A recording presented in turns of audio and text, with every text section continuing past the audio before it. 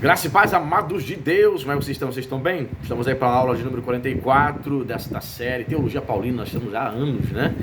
Ministrando aí devagarinho, aprendendo juntos, tá certo? Eu estou usando a obra do Deep Down, certo? Teologia do Apóstolo Paulo, uma obra publicada pela editora Paulus, né? Quase 900 páginas. No final do vídeo aí, vou deixar o link aí fixado nos comentários, caso você queira adquirir essa obra.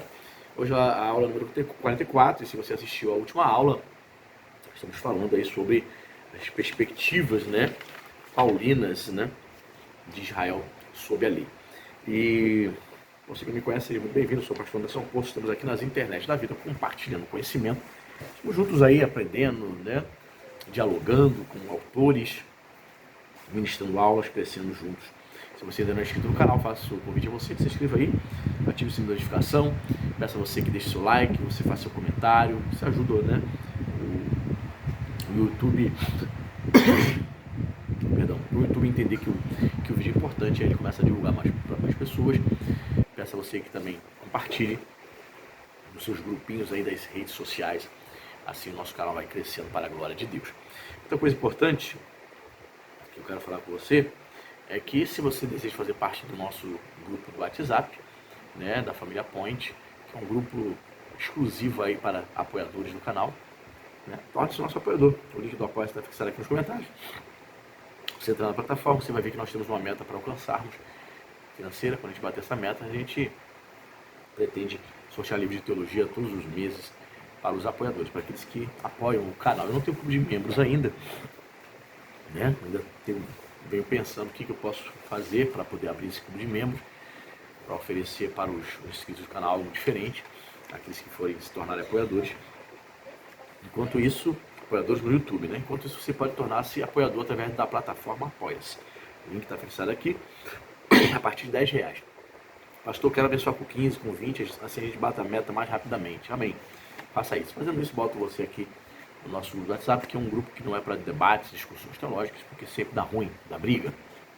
Então a regra é proibida de ter debates e discussões teológicas, é somente para divulgação de obras teológicas, editoras, canais de teologia, até de filosofia também, as promoções do dia, pré-lançamentos, lançamentos. O pessoal aqui tem toda a liberdade para falar, mesmo sabendo que, né, eu sou afiliado à Amazon. Caso vocês comprarem na Amazon, vocês ajudam o canal também, tá bom? Para quem está acompanhando a obra, estou na página 183. Paulo vem falando, né, sobre Israel sobre a lei. Ele diz o seguinte, né, uma relação cujo tempo passou. Fosse tudo o que há no que tange a esta segunda função da lei, estaríamos reduzidos a uma espécie de enigma. Pois em Gálatas, Paulo junta a lei com os fracos e miseráveis na estoiqueia. Considera a relação como uma espécie de escravidão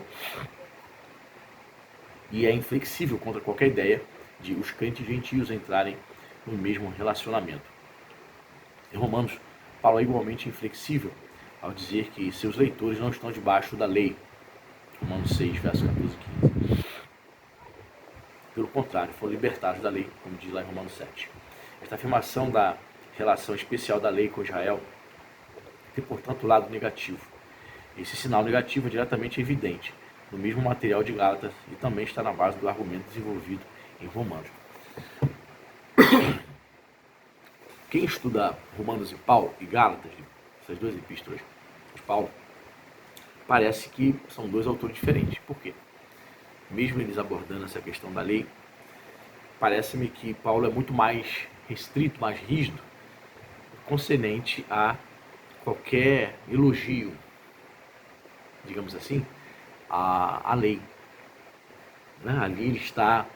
A epístola de Gálatas é uma epístola que ele não faz sequer nenhum elogio, é a única epístola que ele não elogia ninguém ali, não elogia a igreja, porque ela havia passado rapidamente do evangelho da graça para um evangelho legalista. Ele não tem elogio, só tem bronca para dar. Ele chega a dizer no capítulo 3 que aqueles que estão debaixo da lei estão debaixo de maldição. Enquanto em Romanos, parece-me que ele olha alguns lados, alguns pontos positivos da lei. Ele vai dizer que a lei é boa. A lei é boa. Aí teve um gaiato, numa live que eu estava fazendo, que praticamente disse que, chegou a afirmar que o apóstolo Paulo mantém a lei, que a lei deve ser seguida e praticada hoje. Meu Deus do céu, esse realmente não estudou, não entende hermenêutica, não compreende contextos né, nas quais as epístolas foram escritas e fica falando abobrinha na frente do mundo, ao vivo, na live. Ou seja, mais um legalista aí nas internet da vida. O contexto é diferente de Romanos. Né? Paulo, ele pontua algumas questões positivas da lei, no sentido de que a lei serve ou serviu para nos apontar Jesus, o Messias. Nesse sentido, né? Que a lei ela tem o seu ponto positivo. A lei é boa. Claro que é boa, foi dada por Deus, mas num outro contexto, numa outra aliança, numa outra dispensação. E aí os caras querem, de todas as maneiras, novamente, o véu foi rasgado, eles querem costurar o véu de novo. Tem umas seitas aí, né? Ficam doidinhas a costurar o véu e conseguem. Os incálculos, aqueles que não se aprofundam nas escrituras, tem gente aí guardando sábado e outras coisas mais. Não come carne de porco. Se acha judeu, né? Ou seja, é trazer de volta a aliança mosaica em detrimento da aliança que é feita em Cristo Jesus, a aliança da graça. Infelizmente, né? Seguindo. Esta afirmação da... já li, já. Letra A. O primeiro ponto que se destaca é o argumento em Gálatas capítulo 3 e 4, segundo o qual a relação especial de Israel sob a lei foi apenas temporária. O papel de anjo da guarda da lei foi uma espécie de interregno entre a promessa feita e o seu cumprimento. Está lá, Gálatas 3, versos 16 e 25. A lei foi uma espécie de regente durante o tempo da minoridade de Israel. Capítulo 4. Mas isso também significava que esse papel devia terminar com a vinda da fé. Gálatas 3, 23. E com a chegada da descendência prometida, em Gálatas 3, 16, com o envio do Filho de Deus, Gálatas 4, 4.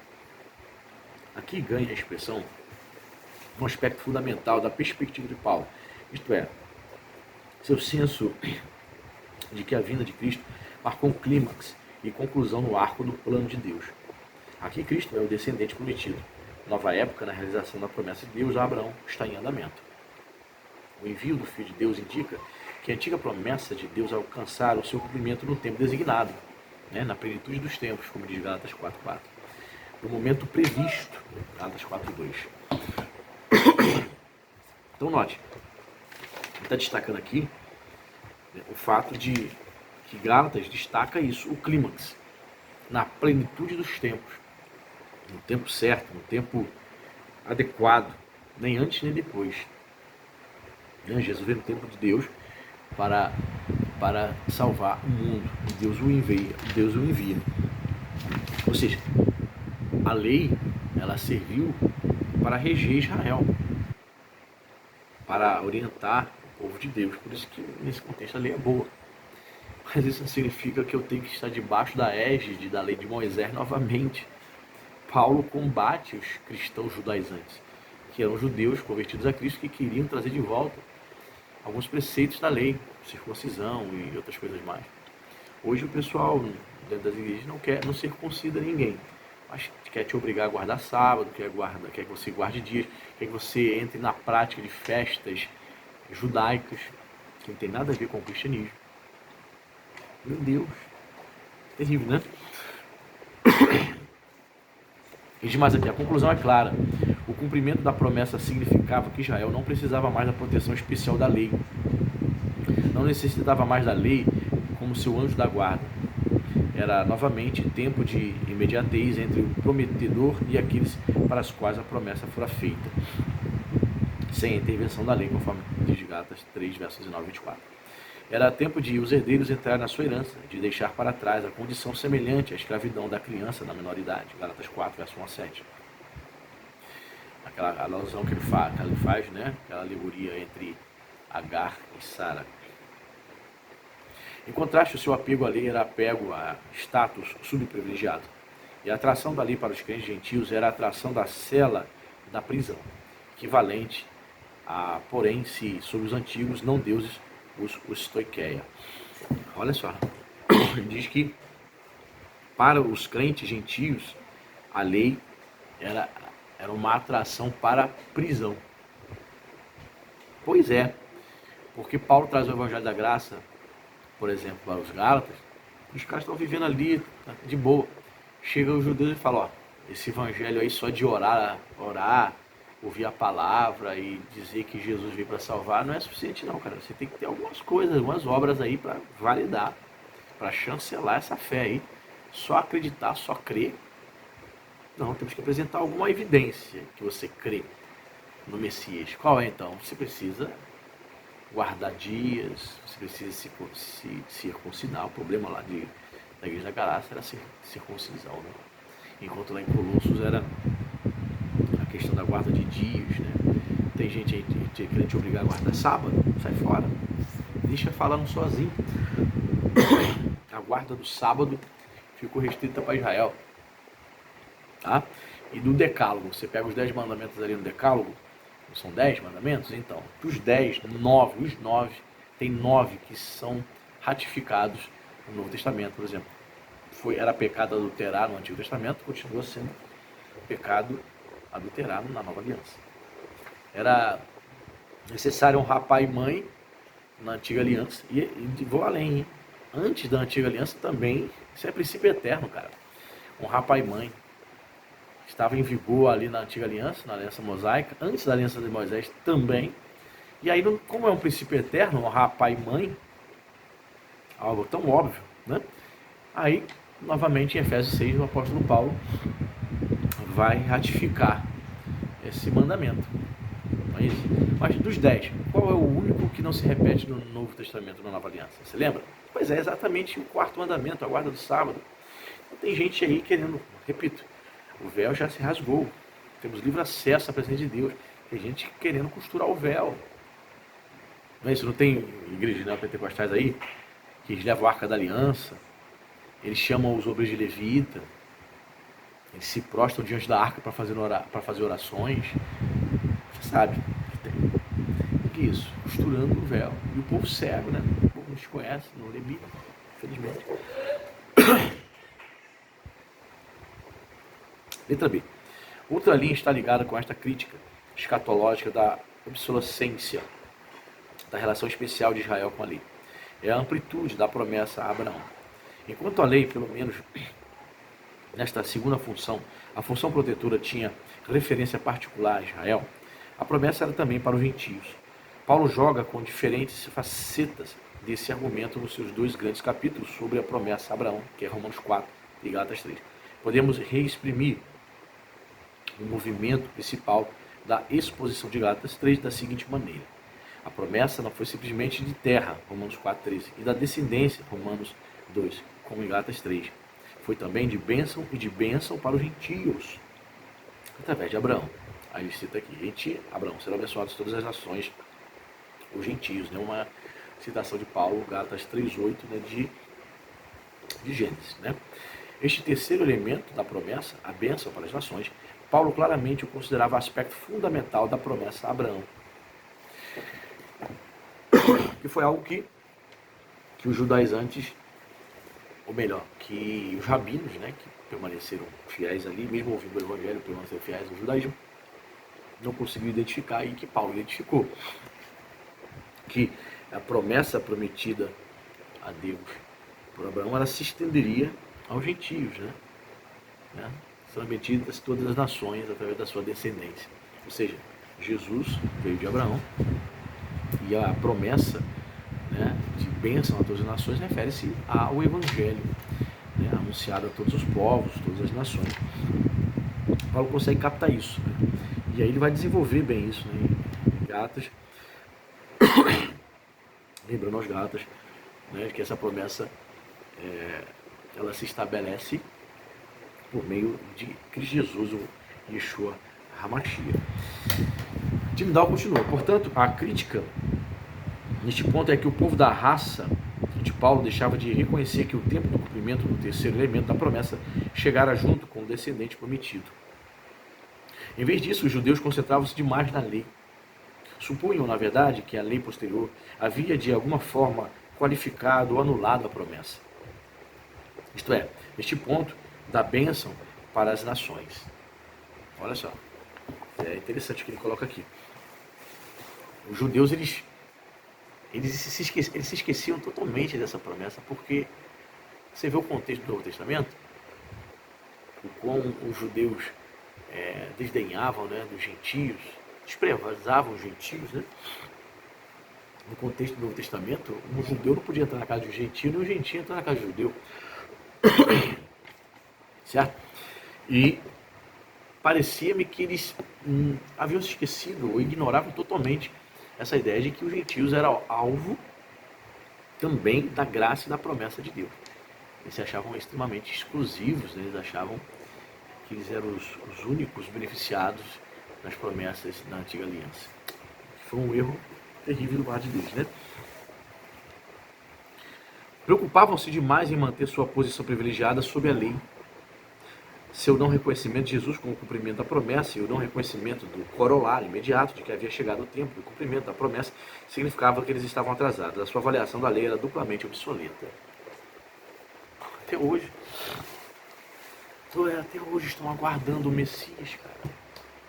Rejeitam com força.